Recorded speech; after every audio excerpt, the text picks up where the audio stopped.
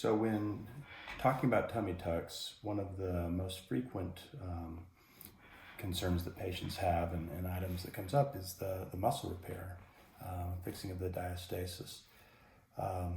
Diastasis is simply just muscles that separate as generally as a female is pregnant. Certainly men can have it as well from weight changes and things like that, but most commonly we're talking about female abdomen after pregnancy. And as those muscles separate, the abdomen rounds. The visceral fat, which is the fat that sits on the inside of the belly, is allowed to protrude more, and it gives a round quality to the abdomen. It can also affect function. It can affect the ability to do sit-ups. Moms often complain of not being able to get up and down on the floor to play with kids. Just basically dysfunction of the core and core strength. And there's a lot of benefits to that repair, getting that strength back, the cosmetic improvement that happens when you help to flatten that abdomen. It's important to note that for patients who have diastasis and the visceral component, what's on the inside of the abdomen is empty, that person's going to get a really nice flat abdomen after a tummy tuck with diastasis repair. If it's full, meaning, push on it. If you feel on that abdomen there's resistance and it's full and it's not going anywhere, especially for patients who have higher BMIs, losing some weight first helps to empty that compartment. And then as it's time to tighten that muscle up, we can actually get it a whole lot flatter. So it's definitely something to think about. A tummy tuck's a big surgery, not something to be taken lightly. We really want our patients to be at a point where they're going to get maximal improvement when they're going to do that. So we generally want patients to be at a nice BMI before it's time to do that. Patients are always concerned with, how is that done? Should we use permanent sutures? Should we just use dissolving sutures? Do we cut the muscle? What does this mean? Well, essentially, if you imagine the muscles enveloped by connective tissue, kind of think like your leg is the muscle and then a sock being the connective tissue around it. Well, when we bring that together,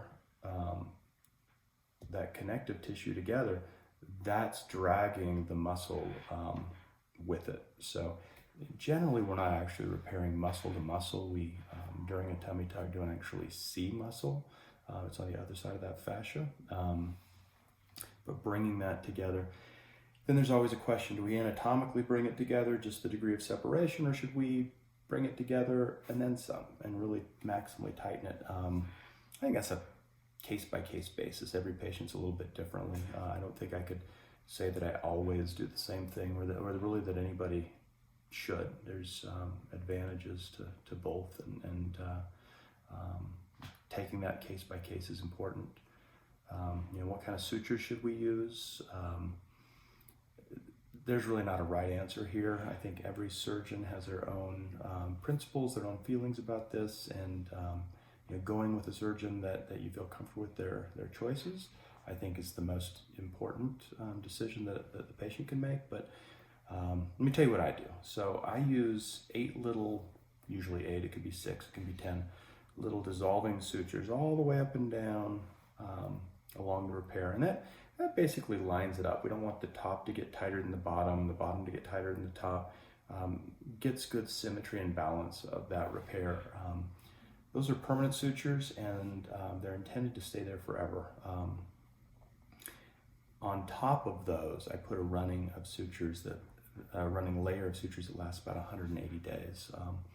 And those are more for, strength, get it pretty, but not be there forever. Could you do it without the permanent sutures? Absolutely. I think there's a lot of evidence that the scar tissue ends up holding that, and you don't actually need those. But there's some peace of mind, having a patient who says, I'm wondering, if it's strong enough that I can do things. I'm, 6 months out, and I'm just terrified about sit-ups and core strength. There's some peace of mind of having those permanent sutures, but honestly, I don't think they're that necessary. Speaking of, getting back to exercising in the gym, questions always come up. How soon can I really push this? Do I have to wait 6 months? Can I do 3 months? Most of our scar strength is there by 6 weeks. So, generally we're going to get about 85% of that strength there. And then it kind of plateaus somewhere right in there. It's never quite 100% anytime we have a scar of any type, really. So I tell people 6 weeks. Give me 6 weeks before you're back to full exercise, and then you can do essentially, whatever you want with maybe being a little bit cautious for that extreme weightlifter and things like that, even at that 6 week point. But really, it should be ready to go for anybody. Another question patients have often is, what can I expect out of it? From a longevity. Does this last forever? And the answer is yes, but it's not weight gain proof. It certainly isn't future pregnancy proof. You're going to want to maintain diet and exercise, and maintain that weight, maintain that level of fitness, maintain your result. It's a big investment. Let's keep it. And then it's always best for women who are going to do this that they're done having pregnancies. It certainly is possible to get pregnant afterwards.